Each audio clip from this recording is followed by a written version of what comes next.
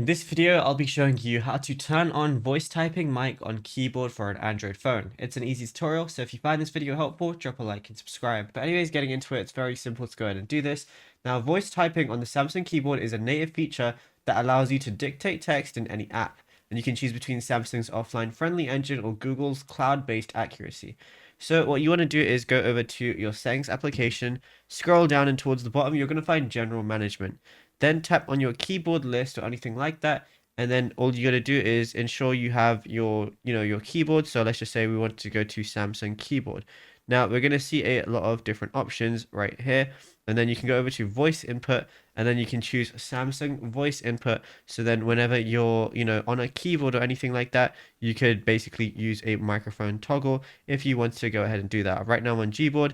If I go over to the Samsung keyboard, there's going to be a little toggle or anything like that where I can basically talk and then it's going to know what I'm saying.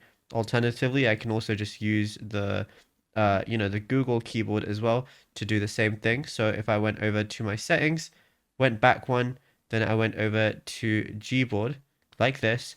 I'm going to see voice typing as one of the options. Enable voice typing, then go back to your keyboard.